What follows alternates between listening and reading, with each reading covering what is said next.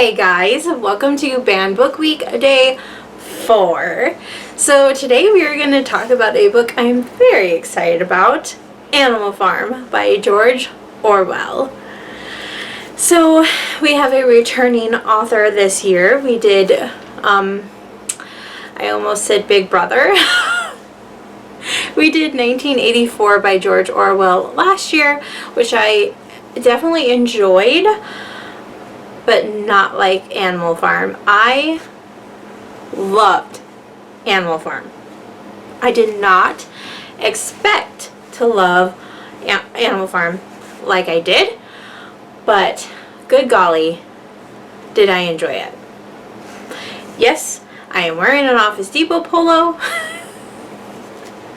It's my husband's from when he worked there part-time.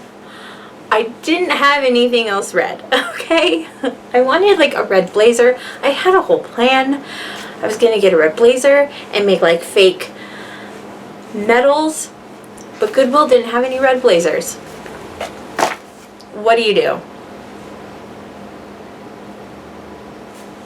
So overall is in a red polo from Office Depot. So what is Animal Farm? Animal Farm is was written by George Orwell. It was published in 1945, and it's fictional satire is what it is, and a lot of people don't get that, and that's why it's been banned so very much. So let's go over what the story of Animal Farm is. I was a little hesitant to dive into this book because there's just a lot, people have a lot of strong opinions about this book because of like the communism and all of that, and I get it. People have strong opinions, but anyway, so Animal Farm takes place in England on a farm named Manor Farm. I said farm a lot in that sentence. It all starts when one night an elderly boar named Old Major, he's kind of thought highly amongst the animals at Animal Farm, and these animals are sentient, by the way. They're not just like your normal run-of-the-mill, and it's never explained why they're sentient. It's just they are. Story starts, they are. They think, therefore they are.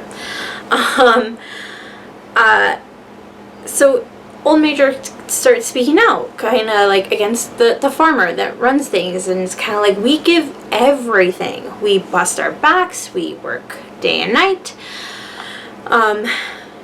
all just for this farmer. I mean, yeah, he feeds us and houses us, but that is it. That is our lives. But we spend our lives and our sweat and our blood, it all just goes to benefit this farmer, and we see nothing for it, essentially, other than just existence. And so he kind of calls for a revolution against this farmer, and when he dies, Old Major dies, you have these two younger pigs kind of step up, Snowball and Napoleon, and they just run with this, man, and they're like, it's our time, we're gonna do this for Old Major, and they really just kind of take leadership, and they lead this uprising against the farmer, and they drive him off the property. And for a while, it's good. Like, the animals, there's an excess of food, and they get to relax and just kind of be animals for once. And, I mean, everything seems kind of nice. Like, it's an animal vacation for a little while, Things always go really good in the beginning. They end up renaming it Animal Farm, which is where the name comes from. But yeah, there's plenty of food, and the animals everything's running better. But as we all know, power usually corrupts. And Napoleon and Snowball, they kind of start having diverging opinions as to how the farm should run and what the future of Animal Farm should look like. So whereas Snowball would like to just keep things like, yeah, like never-ending vacation, just let animals be animals, food for everyone, always, just peace. Napoleon, I think, I think it's kind of an allegory for Napoleon. I think that's why he's named this way. He strives for, structure and force and fear, more of a fear-based leadership, honestly. And he ends up getting numbers behind him because he kind of converts the dogs on the farm and kind of makes them like a police force. Like, it's kind of dark, but like he ends up turning the female dogs kind of into like breeders, and then the puppies that come from those, like raising them up to be like, enforcers, police dogs. It's, yeah, like a force. It's kind of terrifying. So eventually, with this force behind him, Napoleon gets Snowball driven off the farm and exiled. So, I mean, now it's just Napoleon running Animal Farm, and it's not great. It's like this more dictatorship overall, and he starts controlling, like, okay, now like you animals are gonna start working this, and I'm gonna start portioning out this food, and like a lot of dictators tend to do. There's also like outside forces, because obviously surrounding farmers and like the village nearby have caught wind that like, yeah, like animals have just like taken over this farm.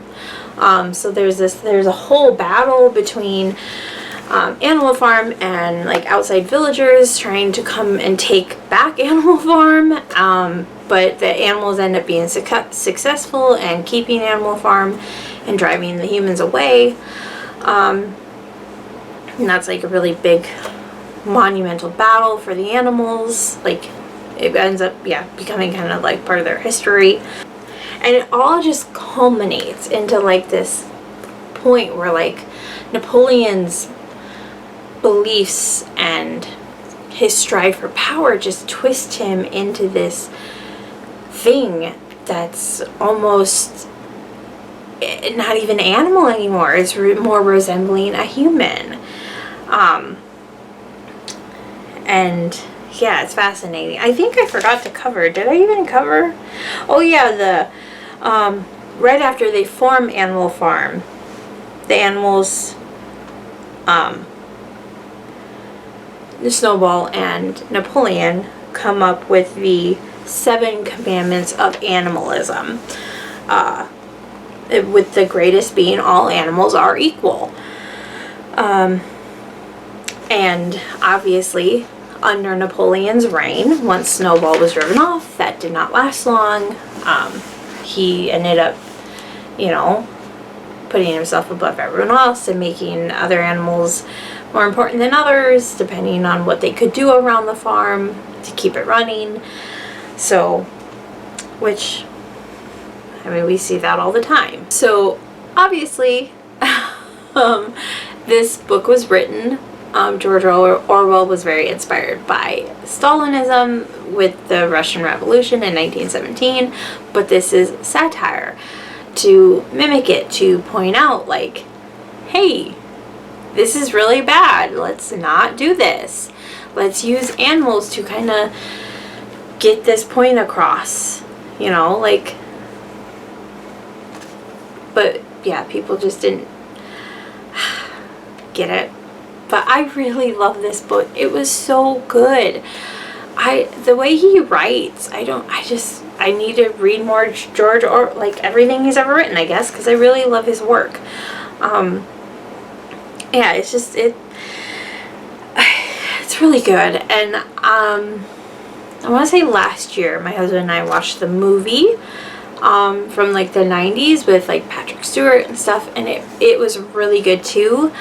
And yeah, the ending, like when Napoleon and his like right hand people, like they show them at the end and they're like barely animals anymore. They're like a cross between animals and humans. Oh my goodness. Yeah. So good. But yeah, it's just, it's really good. And it's just, it's really well written, showing like how slippery of a slope it is, just letting someone, one person, just have so much power, how it corrupts and how easy it is just to be like, oh no, it's fine, like he knows what he's doing. Like, it's just, it's such a slippery slope. And then just one thing after another, and before you know it, someone has all the power and we have all these classes, and it's just, it's ugly. So since being published, it has been constantly accused of being communist propaganda, so much so that 4 years after Orwell died in 1950, the CIA bought the film rights, and to the novel, and financed an alternate version of the film, changing key plot points and the ending. I had no idea. That is insane to me. Like, what? Now I want to find the 1950s animated version and watch that just to see like what they changed to twist it to their own agenda. Like that, why do that? Like, why draw attention? Because like nowadays, like if a new movie is coming out and it's like based on the book, people are gonna go read the book. You tell me people didn't do that in the 50s? Like, you think if you make a cartoon based on a book, people are gonna go read the book. So why would you bring attention to that if you don't? I don't know. That's just, it seems silly to me. I don't know. Anyway, it basically, it's banned because nobody gets that it's satire. And it's saying how absolute power is bad. And it's not glorifying absolute power. It's pointing out how bad and dangerous it is. I don't know. It's silly to me.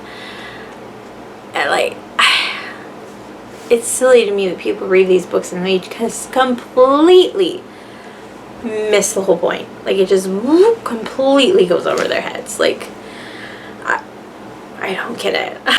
Alright, that's it for Banned Book Week Day 4. What do you guys think? Have you read George Orwell's Animal Farm? Have you seen the movie? Like, any of the versions? What do you think? I highly suggest it. Do I think it should be banned? No. This is the one book so far. Wait till you see tomorrow, because dear God. This is the book so far this week that I'm like, absolutely no.